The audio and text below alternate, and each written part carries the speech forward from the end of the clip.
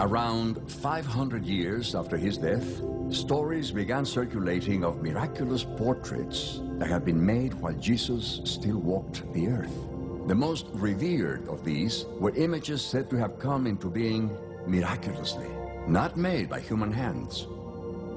In one popular story, King Abgar, ruler of Edessa in Syria, fell ill. He sent a messenger to bring the miracle-working Jesus to his kingdom to cure him. Since Jesus could not go there, the messenger attempted to paint Christ's likeness, but the glory streaming from his face prevented it.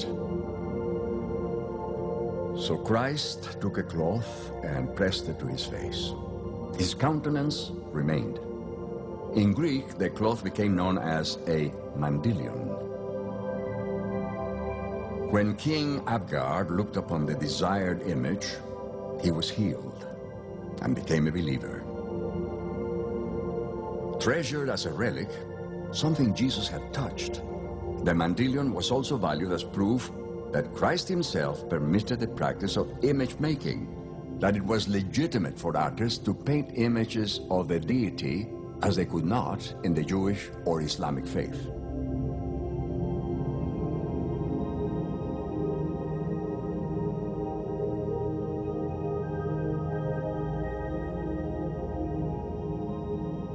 The Greeks brought the mandilion to the imperial capital, Constantinople, in the 10th century and housed it in a chapel in the imperial palace, where it became the most revered relic for the next 250 years.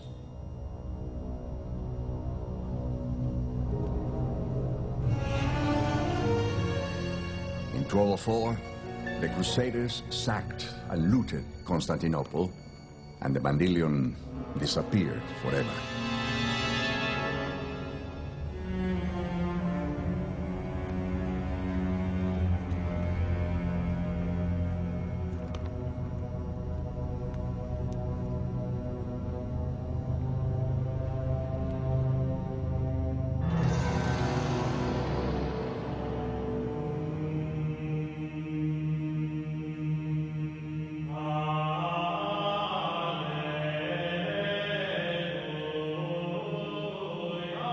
But copies of it and copies of copies abounded, each thought to carry some part of the original supernatural power.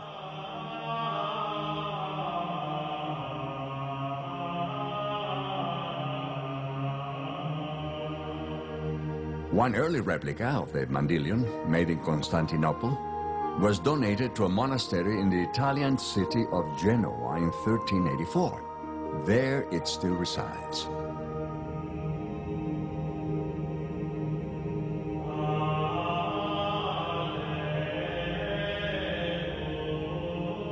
Protected by a silver frame, the ghostly image was understood to be a true likeness of the Savior, and it affected representations of Christ throughout the Christian world.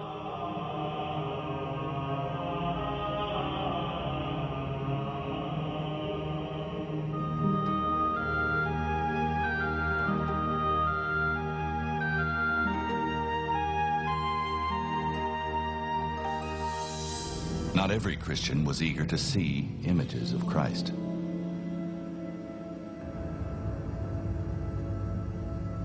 From early Christian times, voices were raised against making and venerating such images.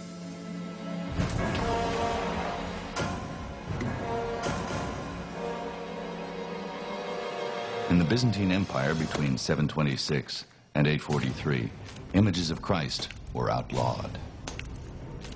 One faction within the Byzantine Church banned all further use of icons on pain of death.